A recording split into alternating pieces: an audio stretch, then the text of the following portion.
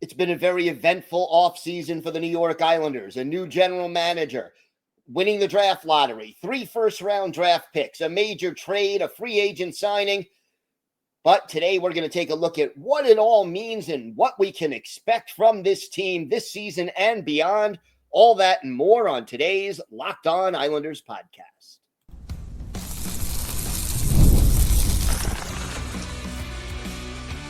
Your Locked On Islanders, your daily podcast on the New York Islanders. Part of the Locked On Podcast Network, your team every day. Welcome, everybody, to the Tuesday edition of the Locked On Islanders podcast, part of the Locked On Podcast Network, your team every day. I want to thank everyone who makes Locked On Islanders your first listen every day. Don't forget to subscribe on YouTube or wherever you listen to podcasts so you never miss an episode. I'm Gil Martin. I've been covering the New York Islanders for almost 2 decades, and I wrote the book Ice Wars on the history of the Islanders' rivalry with the Rangers from 1972 to the modern era. So glad you could join us today to talk a little Islanders hockey. We have got a lot to discuss today. We're going to start with where is this team now after all the things that have been happening this offseason. What can we expect this season and beyond from the Islanders? We're going to answer a couple of your mailbag questions, and please send as many as you want during the offseason because we will tackle those. And we will start our player-by-player deep dive into the Islanders draft picks with Jacob Kvasnicka, the 7th-round pick of the Islanders this year. I got to start with where this team is right now. And look, Matthew Darche has made some changes. There's only so much he could do at once. You know, Lou Lamoriello, as everydayers know, I've said so many times, has left this team in the muddy middle. And it's a tough place to be because you're not good enough to be a cup contender. You're not bad enough to get that really high draft pick and make a difference in the future. And it's hard to get out of the muddy middle. So when Matthew Darche took over, his responsibility was to gradually get this team out of the muddy middle and move forward with hope for the future. And I think he's on the way to doing that. Look, it is far too soon to say with certainty who won the trade for Noah Dobson. Okay, the Islanders ended up with Emil Heineman. They ended up with 2 first-round draft picks. And, you know, we don't know whether one or both or neither of those first-round picks will end up making an impact on the island, or they could be traded for another asset. There are a lot of possibilities with regard to that. We also don't know how well Noah Dobson is going to play in Montreal.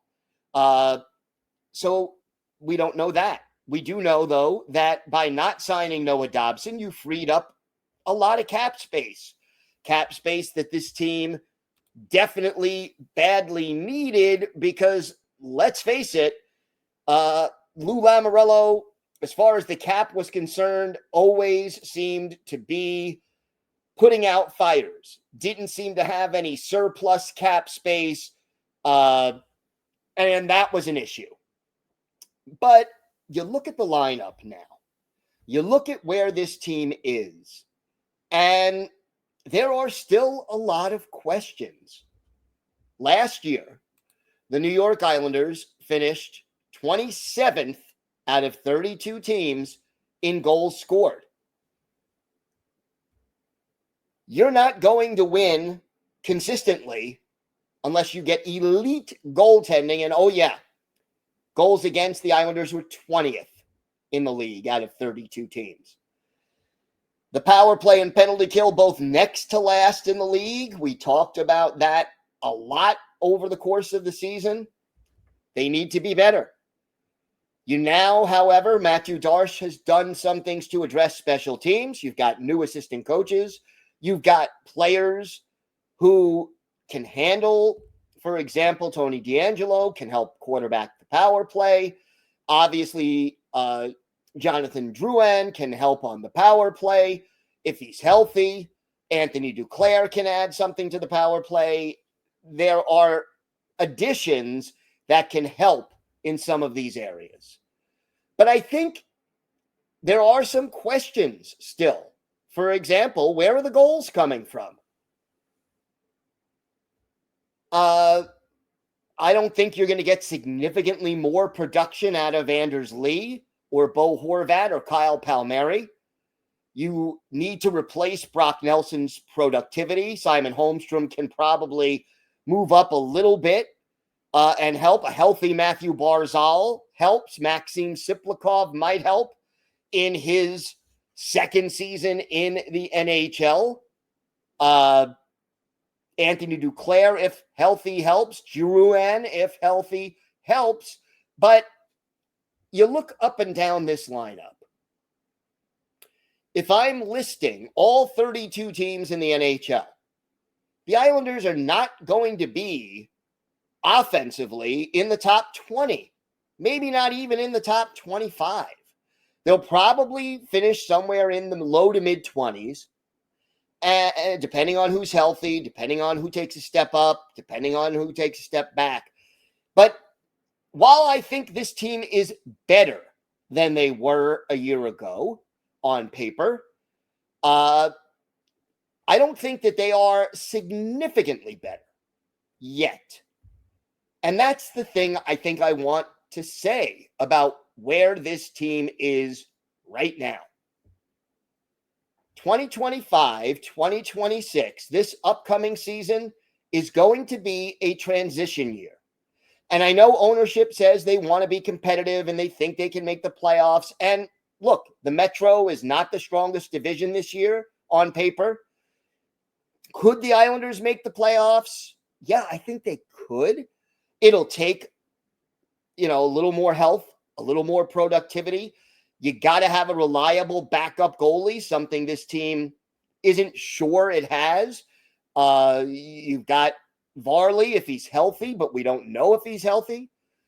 I don't know what Rittich is going to add. He wasn't great in LA last year. He was very good the year before. I don't think Marcus Hogberg is viewed as a legitimate long-term solution as the backup goalie. Although if you need him for a game or two, if people are hurt, maybe he fills in and does okay. You have no idea how, new players are going to fit into the lineup, whether or not Siplikov takes a step forward this year or not. You certainly have no way of knowing what, if anything, Maxim Shabanov adds. I look at this team, I see a lack of elite scoring talent. Realistically, I don't see a legitimate top line to score at, a high level. Kyle Palmieri, better off on the second line. Matthew Barzal, maybe a legit first liner if you have a sniper with him. Anders Lee, probably better off on the second line. Horvat, Drouin, Holmstrom, these are not elite goal scorers. They're solid, but I still see this team having to try to win more games, 3-2 and 2-1 than trying to beat teams 6-5. So I think this team is still in the middle. I think this team is still at a point where their ceiling on paper as of right now is probably either just making or missing the playoffs. The best they're going to do is, in a weak Metro, maybe third place. More likely a wild card is the best realistic expectation for this team. The difference is this. While the Islanders clearly remain in the middle right now, it isn't as muddy as it was. The muddy middle means you're stuck there. okay? When you 2 years ago are ranked dead last in the NHL in prospect pool by The Athletic, and then this year after adding Cole Yzerman, it went up to 25th. Now, with the addition of Matthew Schaefer and the other 2 first-round picks and a number of other solid draft picks and the addition of Cal Ritchie, all of a sudden the Islanders are probably, above average in prospect pool. There is hope for the future right now. 6 months ago, didn't seem like there was a lot of hope for the future to be that different or much better than the present. A year ago, it looked like it was just getting worse. So my expectations are that this is a transition year. And maybe they can sneak into the playoffs during the transition year. Maybe they can't. But I think this team will be more entertaining. And I think for the first time in 3 or 4 years, there are reasons for optimism from Islander fans that 2 years from now, 3 years from now, this team has a real chance, a realistic chance, if they play their cards right, to be better. I see more competition for roster spots. I see less of the country club atmosphere. I see young talent coming up the ranks. And remember, 2 first-round picks in a deep draft coming up this year to add to that prospect pool. Yes, it will take time. But the goal, if you're any hockey team, but especially now the New York Islanders, you don't want to be the second wild card or miss the playoffs every year. You don't want to just miss or just make the playoffs. Matthew Darche addressed this in his press conference, his opening press conference. I want to set up a team that is good enough to contend year after year after year. And his model was the Tampa Bay Lightning, who for more than a decade have been a contending team, and they've won cups over that time period.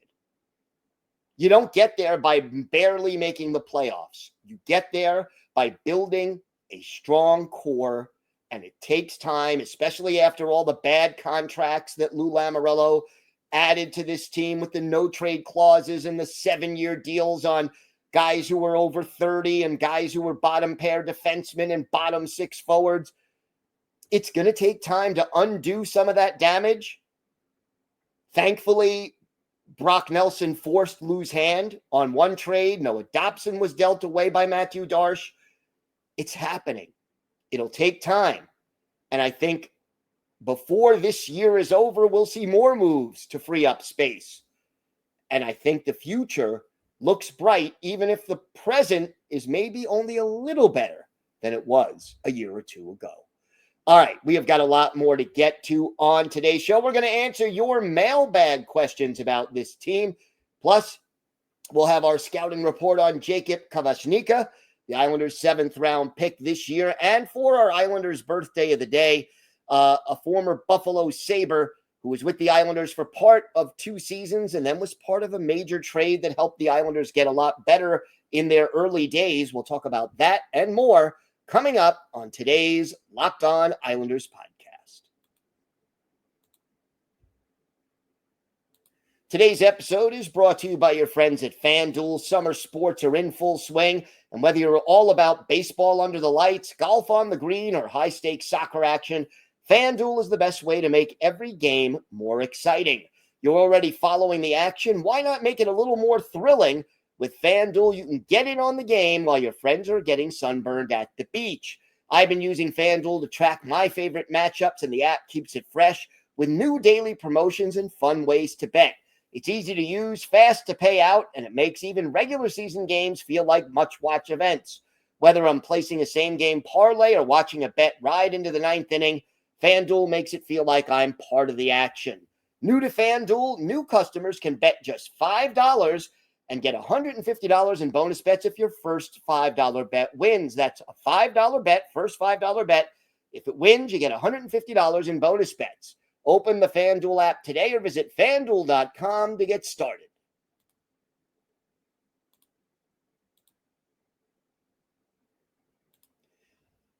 So let's go to the mailbag. We have two mailbag issues to talk about today. The first one is from an anonymous person. He wanted to remain anonymous. A Long Island native. That's all I'm going to say. Thank you so much, Gil, for your hard work and consistent content on a team that's consistently underrepresented. Going back to the Dobson trade, looking at not just assets, but how the cap was converted into I don't know how many players.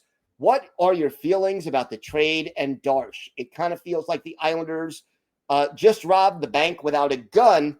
Do you feel this is a fluke and we got lucky, or do we finally have a true force multiplier? Thank you for all you do and your time. Thank you to this anonymous listener and viewer, and I appreciate the email. Look, I think it's too early to fairly judge Matthew Darche. We don't know, as I said in the first segment, how the two players, the two first-round draft picks that the Islanders got in the Dobson trade, where they're going to be in 3 years, 5 years, 7 years. They could be on the Islanders. They could be traded for other assets. They could never pan out. We don't know. I'll say this. If one of them pans out and lives up to expectations, I think the Islanders did well, because you freed up about $7.5 to $8 million in cap space by making this deal. And I wasn't comfortable paying Noah Dobson, who was just very inconsistent. I wasn't comfortable giving him $9.5 million a year for 8 years. I know that's what the market says he's worth. I respect that. But that doesn't mean that if I'm running a team, I have to pay that if I don't think he's worth it. And I think the big difference that I see at this point between Darche and Lou, or one of the big differences, is that Matthew Darche sets a limit, and if the player isn't going to fit the value he is assigned, they'll move on from him. And Lou always ended up signing guys for too much money and too much term. He even said that. And it ended up creating cap crises, one after the other. And it resulted in some bad contracts. So I like that fact. I think you're right. The Dobson deal has the potential to be a great one for the New York Islanders. And I'll even say this. It could be a great deal for both teams. If Noah Dobson becomes a consistent 60, 65 point a year right shot defenseman and helps the Canadiens, and maybe his defense gets average or at least consistent enough, that could be great for Montreal. And if either of the picks and Heineman end up doing well for the Islanders, and the cap space that the Islanders then turned into Drouin and maybe also used to sign Gatcom and whoever else they've signed, all of that works and makes sense for the Islanders. So I think it can be a win-win. But as far as Matthew Darche is concerned, I am happy with what he's done so far. But we have to see whether or not it actually pays off in the long run. One other question. This one is from Thomas from Queens. And Thomas says, do you see the Islanders making a trade before the regular season starts, or is it more the trade deadline? Thomas, thank you so much for your question. I could see the Islanders making a trade or two before the season starts. I'm not anticipating anything big. If they make a move, I think it is more designed to free up a little cap space, to maybe move on from a player or players that don't fit Matthew Darche's vision or who have too high a salary. maybe who don't fit what Patrick Waugh is trying to do. I'll give you an example. If Pierre Engvall comes into training camp and isn't playing the style that Patrick Waugh wants him to play, and when he does that, he can be a useful player. He doesn't do it consistently. So if he continues to be inconsistent, and you could either put him on waivers or make a move, I could see it. With the addition of Shabanov, you've got a surplus of forwards. You've got 14 forwards by my count, and 8 defensemen, and that doesn't necessarily even include Matthew Schaefer. So could I see them making a move or two? Probably a small move before the season starts? Yeah, I could. Hopefully it would be something that frees up cap space and helps them move on from a player that doesn't really fit with the long-term plan. I think guys like J.G. Pageau, who Matthew Darche said, I'm not trading, or Anders Lee, if they're getting moved, I think it's closer to the trade deadline. And that may also depend on where the Islanders are when we get close to the trade deadline. And to me, again, anything you do this year, to me, is a bonus. And if I think the priority is more to free up cap space and create a situation that improves the future rather than trying to sneak in as the 8th playoff team again this year. If you can, by all means, do it. I'd love to see it. I think this team will be more entertaining this year. But hopefully the big picture remains the ultimate focus of Matthew Darche. That's how I see it. It is obviously subject to change. And it's going to be a fun ride between now and October 7th when the season gets underway. We have got more to get to on today's show. We start our player-by-player deep dive into the Islanders draft picks. Jacob Kavashnika, 7th-round pick. We start with him. We'll have that, plus our Islanders birthday of the day. All that coming up on today's Locked On Islanders podcast.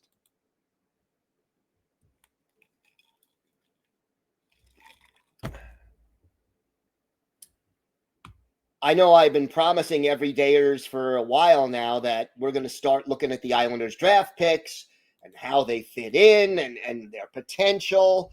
And today, we're actually going to start that process. So, 7th round, the New York Islanders with the 202nd overall pick in the 2025 NHL entry draft, picked up right winger Jacob Kavashnika, native of Plymouth, Minnesota, 5'11", 175 pounds. He will not turn 18 until August 10th, which is hard to believe.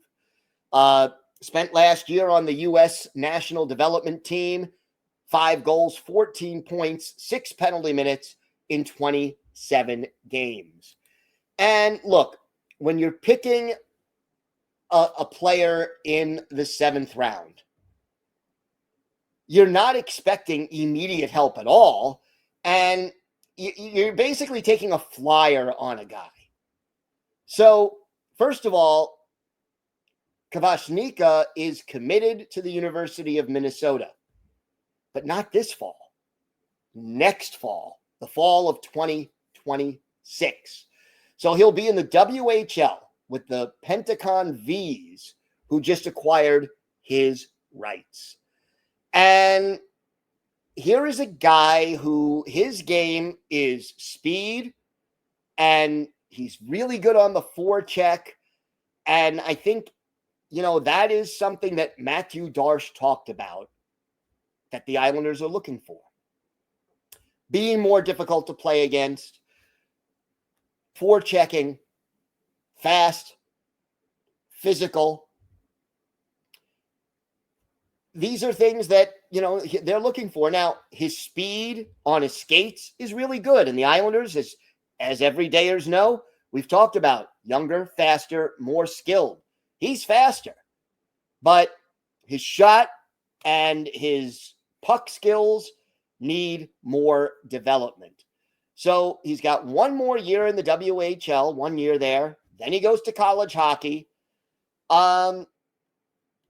His ceiling is probably a fourth line player who will, do kind of a Matt Gatcom kind of a Mark Gatcom kind of a role, rather, or a Casey Cizikas kind of a role. He'll kill penalties. He'll forecheck.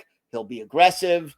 He'll make things a little tougher for opposing players, but you're not likely, unless his skill set really does upgrade, you're not going to expect a lot of offense from Jacob Kvasnicka, and certainly not right away. Look, here is a kid who is still only 17. He's going to need some time. Anything you get from a 7th-round draft pick is a bonus. So if he makes the NHL and gives the Islanders something 3, 4, 5 years down the road, or if the Islanders manage to trade him for other useful assets at some point, or even if he just ends up in the AHL and does a solid job as a veteran there, and maybe you call him up for a game or two if somebody gets hurt or an opportunity arises, if he earns it down in the A, all of these things are not unrealistic. So that is sort of where he's at as of now. Always subject to change. You never know how players grow, mature, both physically and skill-wise. But, that's how he projects, according to most scouts, as of right now. Time now for our Islanders' birthday of the day. And today is the 75th birthday of former Islanders center Doug Rombaugh. And Rombaugh, unfortunately, passed away in 2015 at the age of 64. So this is the anniversary of his birthday, but obviously he's not here to celebrate it.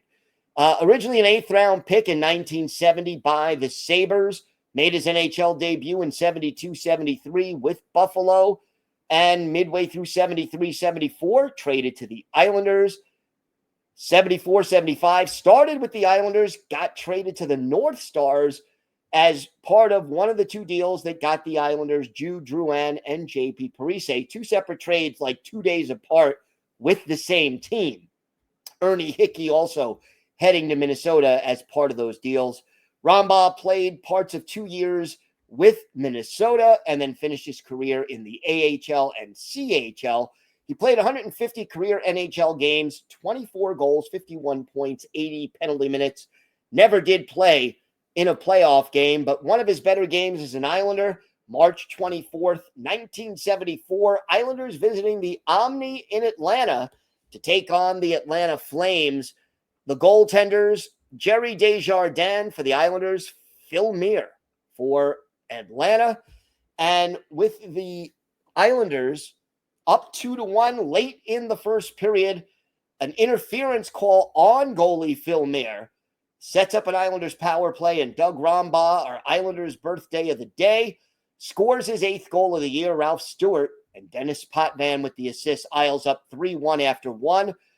Bobby Leiter scores for Atlanta early in the second period to pull them to within a goal, and then the Islanders power play goes back to work. Jacques Richard off for elbowing, and Doug Rombaugh, our Islanders' birthday of the day, scores again. Ralph Stewart and Dennis Potvin with the assist. In the third, Rombaugh and Billy Harris set up Dennis Potvin for the final goal of the game. Islanders go on to beat the Flames by a score of 6-4. Jerry Desjardins, 32 saves to earn the win. For Doug Rombaugh, 2 goals and an assist. He was a +1. He had 2 penalty minutes, and he had 5 shots on goal, which tied him for the team lead with Ralph Stewart. Doug Rombaugh is our Islanders' birthday of the day. I want to thank everyone for making Locked On Islanders your first listen today. For your second listen, check out the Locked On NHL podcast. There is no offseason. We're bringing you the daily league-wide stories that matter most with the local coverage you love from Locked On. Find Locked On NHL on YouTube or wherever you listen to podcasts. It's part of the Locked On Podcast Network, your team every day. If you have a question, a comment, maybe a topic you'd like us to discuss on a future episode. The mailbag is always open. Send us an email to lockedonislanders@gmail.com. And if you leave your first name, where you're from, we're happy to mention you on the show when we discuss whatever's on your mind. You can follow the show on X at Locked On Isles. You can follow me, Gil Martin, on X at Ice Wars, NYR VSNYI. We'll keep you up to date on all things Islanders all throughout this important offseason. And it's always great to talk a little Islanders hockey with you anytime. Everydayers, we are back tomorrow as we continue our player-by-player look at this year's Islanders draft class. We'll also have the latest news, notes, and happenings. Have a great day, everybody. Stay safe. And, of course, let's go Islanders.